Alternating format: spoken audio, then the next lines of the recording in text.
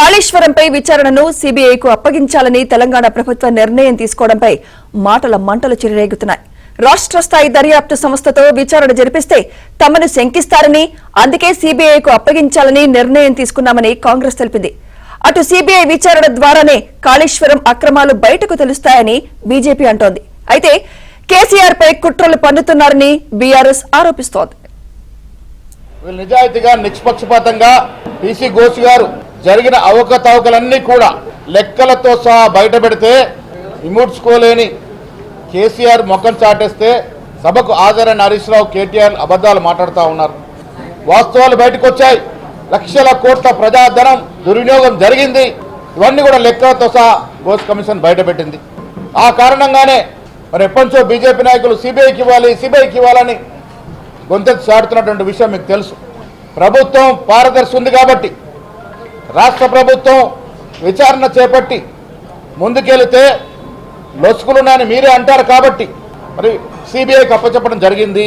CBI ఎంక్వైరీలో కేసీఆర్ దొంగ అని తెలిస్తే కేసీఆర్ దొంగ అవుతాడు, హరీష్ రావు దొంగ అని తెలిస్తే హరీష్ రావు దొంగ అవుతాడు, ఇంకెవరైనా దొంగలు ఉంటే తేలుతారు.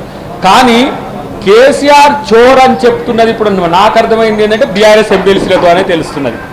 కాబట్టి అలా తెలంగాణను తెగదోచుకున్న దొంగలు ఈరోజు బీఆర్ఎస్ నాయకులు.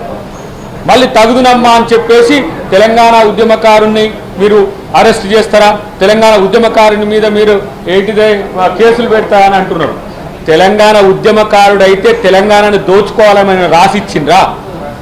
తెలంగాణ కొరకు పోరాడుతున్నా అని చెప్పి ఈరోజు నమ్మించి మోసం చేసి తెలంగాణ ఆస్తులన్నిటి కూడా తెగనమ్మి తెలంగాణ ప్రజల యొక్క సొమ్మును ఈరోజు దోచుకున్న దొంగ కేసీఆర్గా ఇవాళ చరిత్రకెక్కుతున్న పరిస్థితి.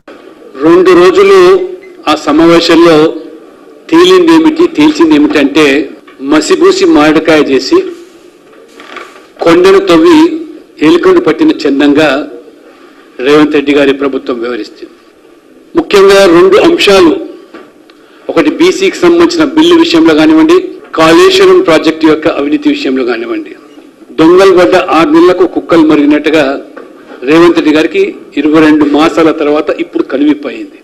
కాళేశ్వరంలో జరిగినటువంటి అవినీతి కుంభకోణం సిబిఐ దర్యాప్తు ద్వారానే వాస్తవాలన్నీ కూడా వెలుగులోకి వస్తాయని, నిజం నిగ్గు తేల్చే సంస్థ సిబిఐది మాత్రమే చెప్పి వారికి నిన్న కనువిప్పయింది. ఆ ప్రజా కంటక పాలన నుండి ప్రజల దృష్టిని మరల్చడానికి దుర్మార్గమైనటువంటి నిర్ణయాలతో ప్రతిపక్ష నాయకుడైన తెలంగాణ ఉద్యమ నిర్ణేత అయినటువంటి కేసీఆర్ గారి మీదనే ఇటువంటి దాష్టీకానికి దిగజారుతున్నారు అని అంటే మేము ప్రజలకు విజ్ఞప్తి చేస్తా ఉన్నాం.